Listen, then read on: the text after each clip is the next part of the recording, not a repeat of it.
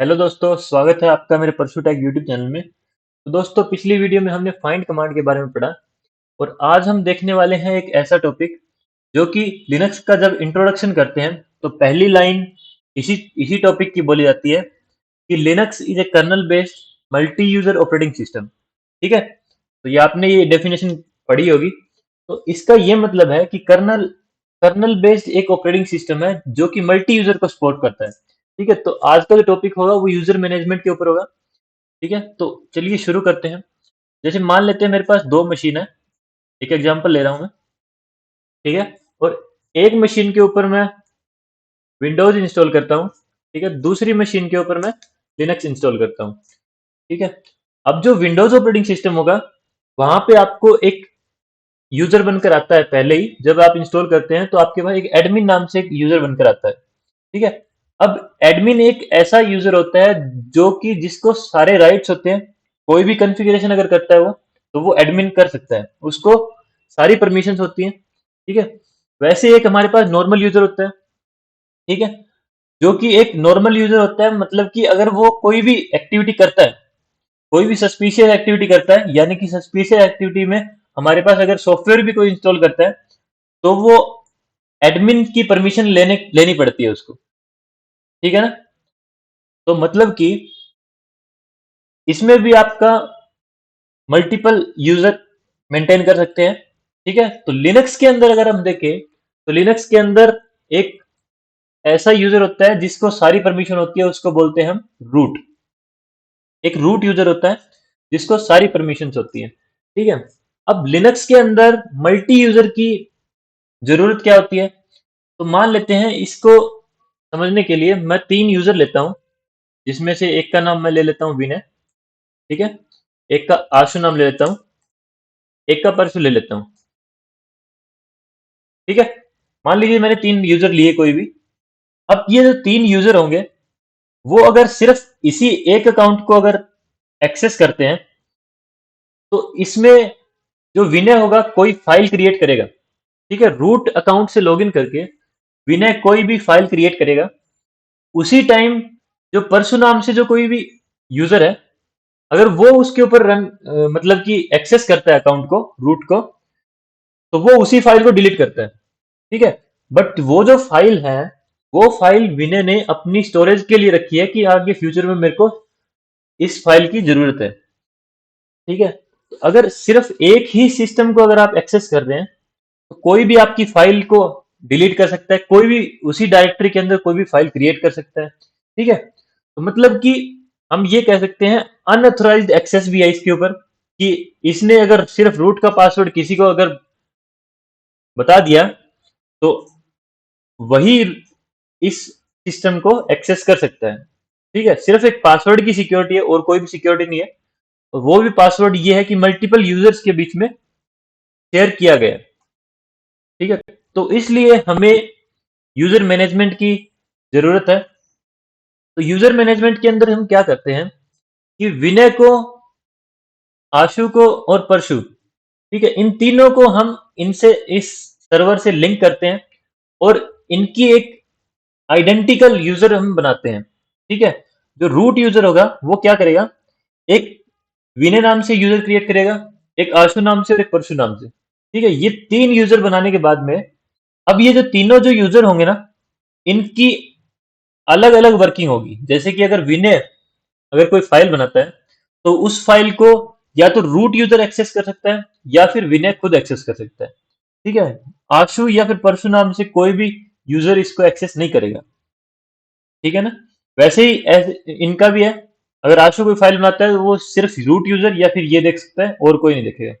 तो इससे क्या होता है कि आपको रिसोर्सेज जो भी होते हैं, जैसे भी कोई भी फाइल्स या डायरेक्टरीज होगी, तो वो आपको सही से एक फॉर्मेट के अंदर आपको मैनेज होती है। ठीक है ना, अब जो रूट यूजर होता है वो किसी भी नॉर्मल यूजर की कोई भी फाइल को एक्सेस कर सकता है क्योंकि उसको परमिशन होती है। ठीक है, बट कोई भी नॉर्मल यूजर रूट यूजर की या फिर कोई अदर यूजर की डायरेक्टरी को एक्सेस नहीं कर सकता।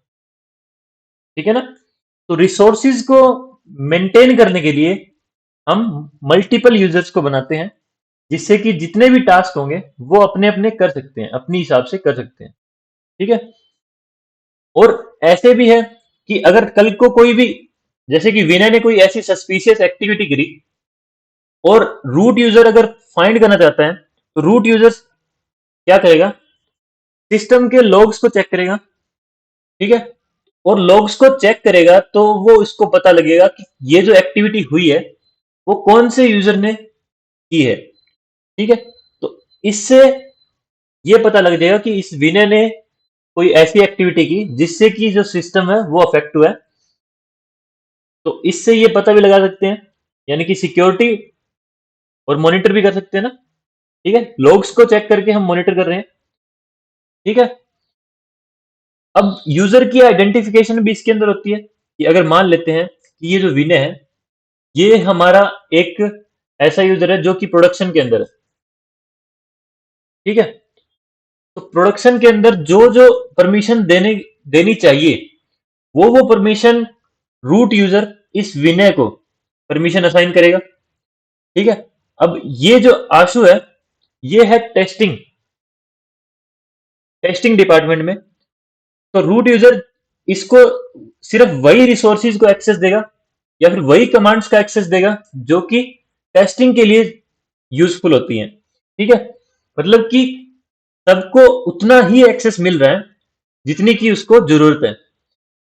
अनइंटेंडेड एक्सेस इनको नहीं दिया जा रहा। ठीक है। जिससे कि हमारे रिसोर्सेज भी मेंटेन रहते हैं, ना ही कोई ऐसी हमारे पास सिक्योरिटी इश्यू रहता है, सिक्योरिटी ग्लिच रहता है कि कोई भी और काम ये यूजर कर सकते हैं। ठीक है। जो इनको काम असाइन हुआ है सिर्फ वही काम ये असाइन ये कर सकेंगे। ठीक है। तो ये होता है यूजर मैनेजमेंट। हमारे पास यूजर डिफरेंट टाइप के होते हैं लिनक्स के अंदर। देखते हैं कौन कौन से यूजर हैं। ठीक है। तो मैं इसको एक बार, अब देखिए दोस्तों, यूजर कौन कौन से होते हैं हमारे पास। तो यूजर मैनेजमेंट में हमारे पास तीन टाइप के यूजर होते हैं। ठीक है। पहला जो यूजर होता है वो होता है सुपर यूजर। ठीक है।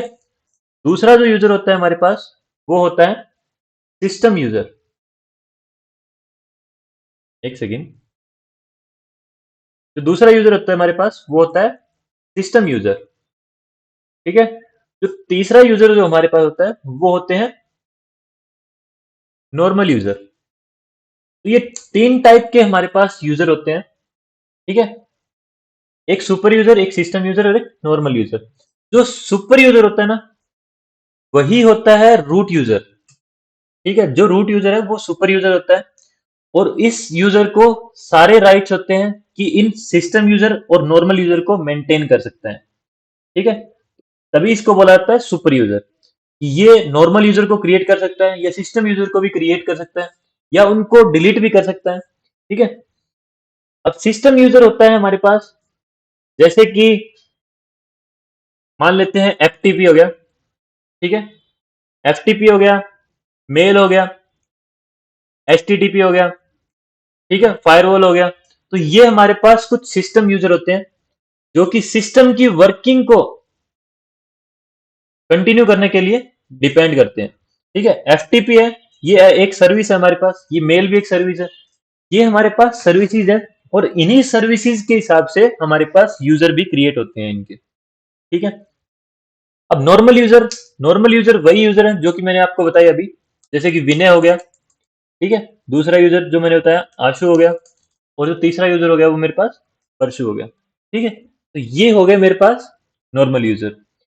अब इनके ऊपर, जैसे कि ये रूट यूजर है, तो रूट यूजर के या फिर विनय या फिर आशु या फिर परशु, इन यूजर के पीछे एक बैकएंड में एक आईडी भी होती है जो कि इनकी यूनिक आईडी को डिफाइन करता है। ठीक है। तो रूट यूजर की जो यूजर आईडी होती है वो होती है आपकी 0।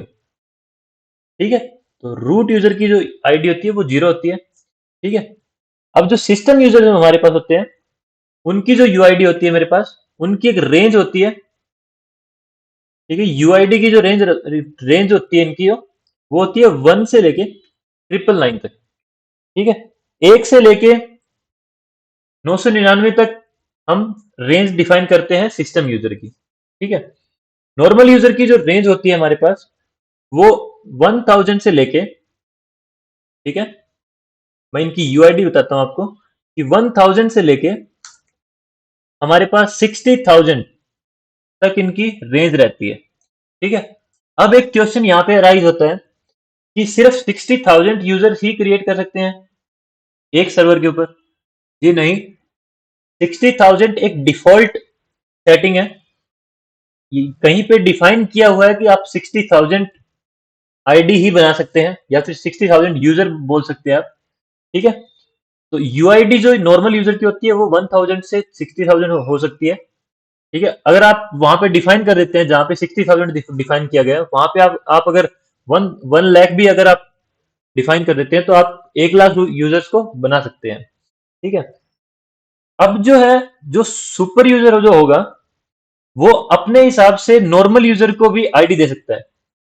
ठीक है, अगर मैं सुपर यूजर हूं, मैं रूट यूजर के हिसाब से काम कर रहा हूं, और मैं चाहता हूं कि जो नॉर्मल यूजर जो विनय है उसकी जो यूआईडी होगी वो मेरी होगी 600। ठीक है, 600 मैं आईडी देना चाहता हूं विनय को, तो मैं वो भी आईडी इसको असाइन कर सकता हूं अगर वो आईडी कहीं पे असाइन नहीं की गई है तो। ठीक है, मान लीजिए कि फायरवॉल की जो आईडी है वो 6,600 है। ठीक है, और विनय की जो आईडी है वो मैं 600 नहीं कर सकता, क्योंकि जो आईडी पहले डिफाइन हो चुकी है वो आईडी हम दोबारा असाइन नहीं कर सकते। तो एक यूनिक आईडी आती है हर एक यूजर की। ठीक है, अब जितने भी यूजर होंगे वो एक ग्रुप से बिलोंग भी करते होंगे। ठीक है, जैसे कि मान लेते हैं, एक रियल लाइफ एग्जांपल बताता हूं आपको। कोई भी एक फोन होता है, ठीक है, जैसे कि आईफोन का एग्जांपल लेते हैं। जैसे कि आईफोन है, तो आईफोन एक ग्रुप है, और आईफोन के जो भी मॉडल होंगे, यानी कि 11 है, 12 है, 13 है, 14 है, ये है यूजर, और आईफोन जो है वो है एक ग्रुप। ठीक है, तो ऐसे ही हमारे पास ग्रुप्स भी होते हैं इनके अंदर। वो मैंने एक सिर्फ रियल लाइफ एग्जांपल से आपको बताया। आपको बताता हूं कि जो यूजर होता है, रूट यूजर होता है, उसकी जो ग्रुप आईडी होती है वो होती है हमारी 0। ठीक है, जो सुपर यूजर होता है उसकी यूआईडी भी 0 होती है और जीआईडी भी 0 होती है। जीआईडी मतलब ग्रुप आईडी। ठीक है, अब जो सिस्टम यूजर की जो जीआईडी होती है उनकी रेंज भी सेम रहती है। ठीक है, 1 से 999 तक। ठीक है, अब जो नॉर्मल यूजर होते हैं उनकी जीआईडी भी सेम रहती है। ठीक है, 1000 से लेके 60,000 तक आप इनकी रेंज दे सकते हैं। ठीक है, अब जो रूट यूजर होता है उसकी एक होम डायरेक्टरी होती है। ठीक है, रूट यूजर की होम डायरेक्टरी जो होती है, आपको पता होगा कि जो हमारा फाइल सिस्टम है वो स्लैश से स्टार्ट होता है। ठीक है, ये हमने फाइल सिस्टम का पूरा एक वीडियो देखा था हमने। ठीक है, पूरा एक वीडियो बना हुआ है, अगर आपको देखना है तो आप देख सकते हैं कि स्लैश से हमारा जो है लिनक्स का फाइल सिस्टम शुरू होता है। अब स्लैश से शुरू होता है मतलब कि जो रूट यूजर की जो होम डायरेक्टरी होगी, जहां पे रूट यूजर अपना काम करेगा, अपना डेटा रखेगा, वो होती है स्लैश रूट। यानी कि फाइल सिस्टम के अंदर एक रूट नाम से आपकी डायरेक्टरी होती है, वहां पे रूट यूजर का सारा डेटा मेंटेन किया जाता है। ठीक है, अब जो नॉर्मल यूजर की जो होम डायरेक्टरी होती है, नॉर्मल यूजर की जो होम डायरेक्टरी होती है वो होती है आपकी स्लैश के अंदर। ठीक है, स्लैश मतलब कि फाइल सिस्टम के अंदर आपका एक फोल्डर मिलता है आपको होम नाम से। ठीक है, एक होम नाम से आपको डायरेक्टरी मिलती है। अब उस होम डायरेक्टरी के अंदर, अगर मैं मान लेता हूं विनय की अगर मेरे को होम डायरेक्टरी देखनी है, ठीक है, तो उसके अंदर जिस भी नाम से यूजर क्रिएट किया गया है उस यूजर की वहां पे आपको होम डायरेक्टरी दिखती है। ठीक ठीक है, अब जैसे कि मेरे पास आशु नाम से यूजर है, या फिर मेरे पास एक परसु नाम से भी यूजर है, तो इनकी जो भी होम डायरेक्टरी होगी वो स्लैश में जाने के बाद में होम डायरेक्टरी के अंदर इनकी होम डायरेक्टरी जो बनी होगी, होम नाम से एक हमारे पास डायरेक्टरी होगी, उनके अंदर इसकी जो भी यूजर होगा उस नेम से आपको डायरेक्टरी आपको दिखेगी। ठीक है, तो ये जो चीजें हैं ये पहले ही डिफाइन की गई है। ठीक है ना, ये ऐसे हमें डायरेक्टरी मिलेगी। ठीक है, अब एक होता है हमारे पास शेल, कि कौन सा शेल किस यूजर को अलॉट किया गया, कि शेल का मतलब जहां पे यूजर काम करेगा। ठीक है, अब जो रूट यूजर जो काम करता है वो करता है बिन बैश के अंदर। ठीक है, जो सिस्टम यूजर होता है, हाँ एक सेकंड, एक चीज यहाँ पे मैंने मिस की है, एक सेकंड आपको बताता हूँ कि जो सिस्टम यूजर की होम डायरेक्टरी कौन सी होती है। ठीक है, सिस्टम यूजर की होम डायरेक्टरी कोई भी फिक्स नहीं है। सिस्टम यूजर की अगर आपको होम डायरेक्टरी देखनी है तो एक बार मैं आपको, सिर्फ एक सेकंड में मैं आपको बताता हूँ। यहाँ पे मैं टर्मिनल में हूँ, एक फाइल होती है मेरे पास etc/passwd, जो कि हमने पहले भी इस फाइल के ऊपर काम किया है। तो जो passwd फाइल होती है, इसके अंदर आप देख सकते हैं जितने भी यूजर हैं, जैसे TSS, USB, MUXD, ये भी जितने भी वो यूजर हैं हमारे पास, ये हमारे सिस्टम यूजर हैं। ठीक है, SSHD, जीनोम इनिशियल सेटअप, ये भी हमारे पास एक सिस्टम यूजर है। ठीक है, तो आपको अगर पता हो, मैंने पहले भी आपको बताया कि जो passwd फाइल जो होती है, इसके अंदर हर एक जो कॉलम के बाद में जो फील्ड है उसका एक मतलब होता है। ठीक है, तो जो अनबाउंड जो है, इसकी जो होम डायरेक्टरी होगी वो होगी /etc अनबाउंड।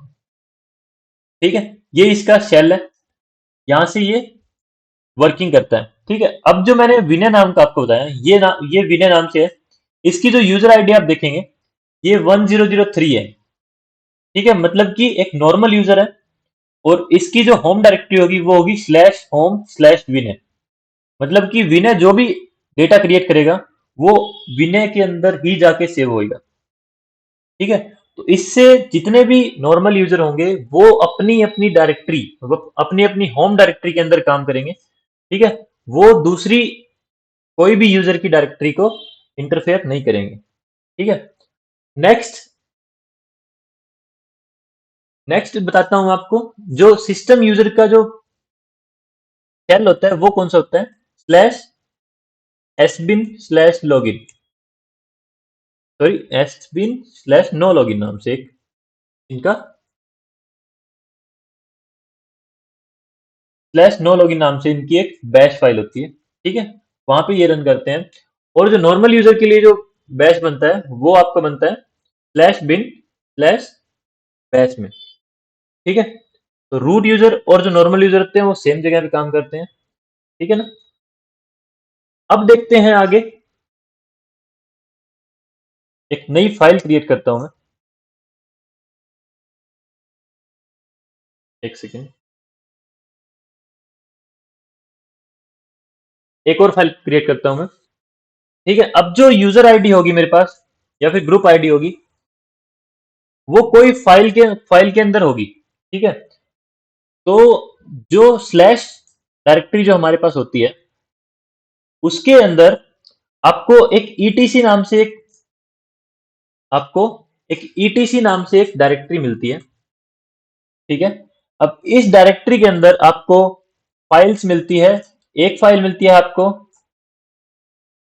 passwd नाम से, जो कि अभी आपने देखी यहाँ पे। ठीक है, जो दूसरी फाइल आपको मिलती है वो मिलती है आपको शेडो नाम से। ठीक है, तीसरी जो फाइल आपको मिलती है वो आपको मिलती है ग्रुप नाम से। ठीक है, एक चौथी आपको फाइल मिलती है जी शेडो नाम से। ठीक है, पांचवी आपको एक फाइल मिलती है login.def नाम से। ठीक है, फिर एक फाइल होती है आपकी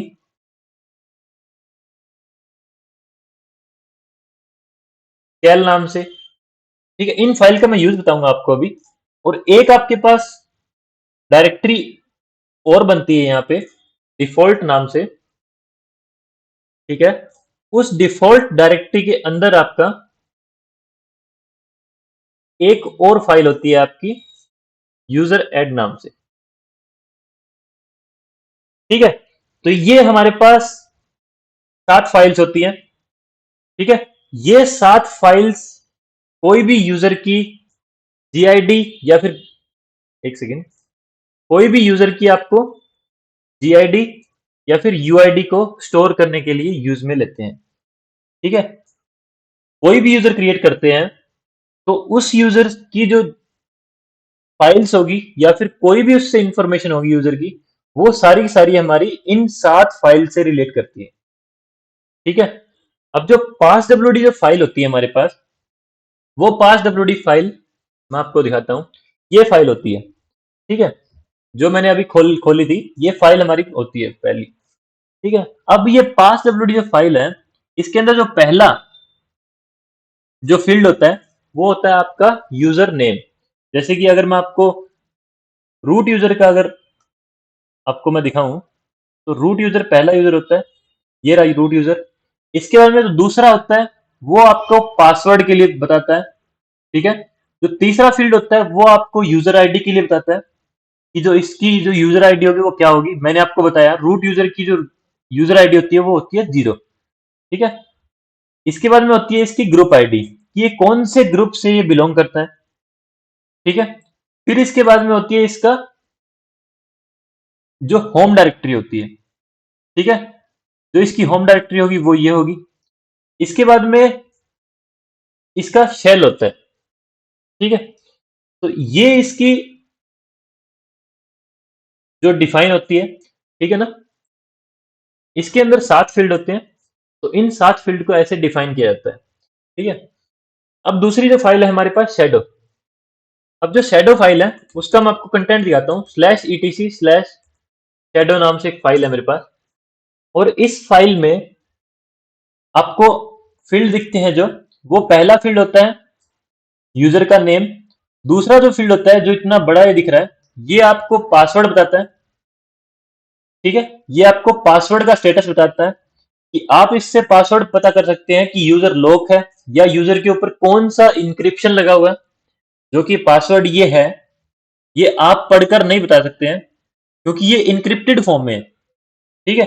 तो अगर आपको ये भी पता करना है कि कौन सी एल्गोरिथम से इंक्रिप्शन हुआ है, तो वो भी आप पता कर सकते हैं। ये दूसरा फील्ड जो होता है आपका पासवर्ड से रिलेटेड होता है, ठीक है। इसके बाद में जो भी फील्ड होते हैं ना आपके पास, ये होते हैं आपके पास कि यूजर की इनएक्टिव डेट कब होगी या फिर यूजर एक्सपायर कब होगा, ठीक है। लास्ट जो मॉडिफिकेशन डेट है वो क्या होगी, ठीक है। इस तरह से आपकी जो फाइल्स है, आपकी जो इंफॉर्मेशन है यूजर की, वो यहाँ पे मेंटेन की जाती है, ठीक है। अगली जो फाइल है हमारे पास वो होती है ग्रुप नाम से। अब जो ग्रुप नाम से जो फाइल होती है, वो इसका कंटेंट देखते हैं हम। स्लैश ईटीसी स्लैश ग्रुप नाम से, ठीक है।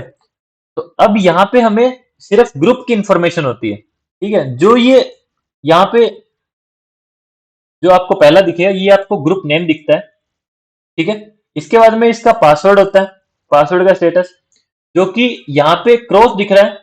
क्रॉस का मतलब ये होता है कि आपका जो पासवर्ड होता है वो दूसरी फाइल के अंदर सेव होता है, यहाँ पे सेव नहीं होता। एज ए सिक्योरिटी आपको यहाँ पे शो करता है क्रॉस, ठीक है। इसके बाद में जो होती है वो ग्रुप आईडी होती है कि इस ग्रुप की आईडी क्या है, ठीक है। जी आईडी जो बोलते हैं वो ये आईडी होगी। इसके बाद में जो मेंटेन होते हैं कि कौन कौन से यूजर इस ग्रुप से बिलोंग करते हैं। जैसे कि ये नॉर्थ है, नॉर्थ एक ग्रुप बनाया हुआ है मैंने। इस नॉर्थ ग्रुप के अंदर ये 2 यूजर काम करते हैं, ठीक है। एक सेकेंड दोस्तों, जस्ट ए सेकेंड। सॉरी दोस्तों। तो ये हमारी ग्रुप फाइल होती है, यानी कि जो पहला नेम हो गया, दूसरा हमारे पास पासवर्ड का स्टेटस होता है, इसके बाद तीसरा जो होता है हमारे पास ग्रुप आईडी होती है, इसके बाद में चौथा जो होता है जितने भी इसके अंदर ग्रुप के अंदर यूजर होते हैं वो होते हैं, ठीक है। अब इसके बाद में एक फाइल होती है हमारे पास, जो मैंने आपको यहाँ पे बताई है पहले लिख के, जी शैडो नाम से एक फाइल होती है, ठीक है। तो slash etc slash G shadow नाम से एक फाइल है, उस फाइल के अंदर क्या हमारे पास इंफॉर्मेशन होती है कि जो पहला फील्ड होता है वो आपका होता है ग्रुप का नेम। इसके बाद दूसरा फील्ड जो होता है वो आपका होता है ग्रुप का जो पासवर्ड होता है। ठीक है। इसके बाद में जो आपके पास ये होते हैं ये आपके नॉर्मल यूजर जो भी इसके अंदर पहले डिफाइन किए गए हैं। ठीक है। तो ये आपके जी शैडो फाइल के अंदर आपका कंटेन करते हैं। ठीक है। अब आपके पास एक लॉगिन डॉट डीईएफएस नाम से एक फाइल होती है, उस फाइल को देखते हैं। Cat slash etc slash login dot DEFS. इस फाइल के अंदर ये डिफाइन किया जाता है कि आपको कितने यूजर्स की जरूरत होती है। ठीक है। जैसे यहाँ पे यूआईडी मिनिमम 1000 लगाई हुई है, जो मैंने आपको बताया। नॉर्मल यूजर के लिए जो यूजर आईडी होती है वो 1000 से लेके 60,000 तक हो सकती है। ठीक है। तो ये इसकी, और यहाँ पे सिस्टम यूजर आईडी लगा रखा है कि सिस्टम की जो यूजर आईडी होगी वो 201 से 999 तक होगी। ठीक है। तो ऐसे आप जो 1 से लेके 2000 तक है, जो 200 तक है, वो आपकी जो यूजर आईडी है वो आपको यहाँ पे डिफाइन हो जाती है जो सिस्टम की जो एक्टिविटी होती है उसको रन करने के लिए। ठीक है। उसके बाद में जो भी आप इंस्टॉल करते हैं वो 201 से आपका 999 तक आपका सिस्टम की यूआईडी होती है ग्रुप की। ठीक है। सेम आपका ग्रुप और यूआईडी का सेम रहता है। अगर आपको चाहिए 60,000 से ज्यादा आपको यूजर चाहिए तो यहाँ पे आप डिफाइन कर सकते हैं कि 67 नहीं, मेरे को 1 लाख चाहिए, तो आप यहाँ पे डिफाइन कर सकते हैं। ठीक है। तो ये वो फाइल होती है लॉगिन डॉट डीईएफएस जो कि आपका कंटेन करती है कि कहाँ पे आपकी जो मेल जो है यूजर की जो मेल बनती है वो कहाँ पे जाके बनेगी। मेल डायरेक्टरी यहाँ पे डिफाइन है। तो यहाँ पे यूजर से रिलेटेड सारी डिफाइन की गई है। ठीक है। अब यहाँ पे आप देख सकते हैं इंक्रिप्शन मेथड जो है वो SHA-512, यानी कि एक एल्गोरिथम होती है हमारे पास SHA-512, वो यहाँ पे मेंटेन की गई है। अब यू मास्क जो है वो 00077, ये हम बाद में देखेंगे सारी चीजें।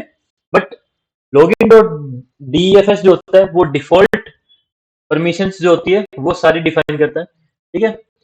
अब जो है एक स्केल नाम से डायरेक्टरी होती है हमारे पास। ठीक है। स्केल नाम से एक फाइल होती है हमारे पास। तो इसका कंटेंट देखते हैं।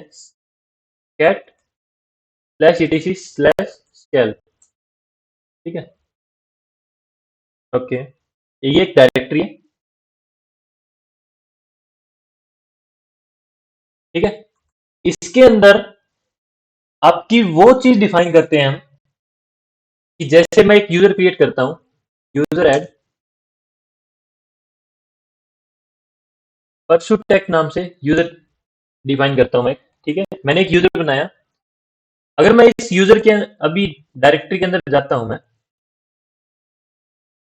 ठीक है, तो यहाँ पे मेरे को कुछ फाइल बन के दिखेगी। देखिए ये फाइल्स मेरे को यहाँ पे डिफाइन की गई है। ठीक है। अब ये जो फाइल्स हैं ये कहाँ से आ रही है, तो ये चीजें जहां से भी आ रही है ये यहाँ पे डिफाइन होती है स्केल फाइल के अंदर। ठीक है। अब स्केल फाइल के अंदर हम कोई भी फाइल को डिफाइन करेंगे तो जितने भी नए यूजर बनेंगे हमारे, उन सब यूजर के पास ये फाइल ऑटोमेटिकली क्रिएट होगी। ठीक है। आपको अगर दिखाऊं मैं क्रिएट करके, मैं मेरे नॉर्मल जो रूट यूजर है उसके अंदर आया हूं अभी मैं। ठीक है। मैं पहले यूजर को डिलीट करता हूं और इसी यूजर को मैं दोबारा बनाऊंगा। ठीक है। एक सेकेंड, इसको मैंने डिलीट किया। ओके। ये मेरा यूजर डिलीट हो गया। मैं एक फाइल क्रिएट करूंगा स्केल के अंदर। ठीक है। तो मैं स्लैश ईटीसी स्लैश स्केल के अंदर जाता हूँ। यहाँ पे एक मैं फाइल क्रिएट करता हूँ। टेम्प नाम से एक फाइल क्रिएट की मैंने। ठीक है। अब मैं एक यूजर क्रिएट करता हूँ, यूजर ऐड। ऐड नाम से एक यूजर बनाता हूँ मैं। और अब मैं जाता हूँ ऐड यूजर के अंदर। ठीक है। और यहाँ पे मैं अगर देखूं, ये मेरे को यहाँ पे TEMP नाम से एक फाइल बन गई। ठीक है। और ये तो फाइल जो है हमारे पास है ही, जो डिफाइन की गई है, जो कि हिडन फाइल्स है। बट मैंने यहाँ पे डिफाइन किया स्केल के अंदर जाके मैंने एक फाइल बनाई TEMP नाम से। और यही फाइल जो मेरी यूजर जो मैंने क्रिएट किया है अभी, उस यूजर की होम डायरेक्टरी के अंदर ये TEMP नाम से फाइल मेरी आ गई है। ठीक है ना? तो ये स्केल जो होता है वो आपकी वो फाइल्स को मेंटेन करता है जो आप डिफॉल्ट कोई भी यूजर क्रिएट होता है उस टाइम आप देना चाहते हैं, तो ये वो फाइल होती है। ठीक है? अब एक जो फाइल होती है हमारे पास यूजर एड नाम से। ठीक है? अब यूजर एड नाम से जो फाइल होती है हमारे पास /etc के अंदर डिफॉल्ट के अंदर यूजर एड नाम से एक फाइल होती है। ठीक है? अब ये यूजर एड जो फाइल है ये डिफाइन करती है कि आपकी जो यूजर जो नया क्रिएट होगा वो क्या क्या उसकी कॉन्फ़िगरेशन रहेगी। ठीक है? तो ग्रुप जो होगा वो ग्रुप की आईडी यहाँ पे डिफाइन होगी। ठीक है? जो होम डायरेक्टरी होगी वो स्लैश होम के अंदर जाने के बाद में जो भी नया यूजर क्रिएट करेंगे हम वो स्लैश होम के अंदर जाके उसकी आईडी क्रिएट होगी, यानी कि उसकी होम डायरेक्टरी क्रिएट होगी। ठीक है? इनएक्टिव आपका इनएक्टिव स्टेटस बताएगा। ठीक है? एक्सपायरी डेट यूजर कब एक्सपायर होगा। ठीक है? यूजर की हम लिमिट दे सकते हैं कि ये जो यूजर होगा इसको अब डिफाइन होना है, मतलब कि एक डिफाइन कर देते हैं कि इसके बाद में ये जो यूजर है एक्सपायर हो जाएगा। ठीक है? तो वो हम यहाँ पे एक्सपायर दे दें। अभी कुछ भी नहीं दिया, मतलब कि जो भी यूजर हम क्रिएट करेंगे वो हमारे परमानेंट यूजर होंगे। ठीक है? इसके बाद में शेल जो डिफाइन है यहाँ पे जो मैंने आपको बताया /bin/bash नाम से जो शेल है वो नॉर्मल यूजर के लिए बना है, वो यहाँ पे डिफाइन किया गया है। ठीक है? जो स्केल है वो है /etc/scale नाम से। स्केल मतलब कि अभी जो मैंने बताया कि वो फाइल रखते हैं हम जो कि हम नए यूजर के लिए देना चाहते हैं। ठीक है? तो मैंने यहाँ पे /etc/scale नाम से डायरेक्टरी दे रखी है। तो इस स्केल में जो भी डेटा होगा वो उस जो भी नया यूजर क्रिएट करेंगे उसको दिया जाएगा। ठीक है?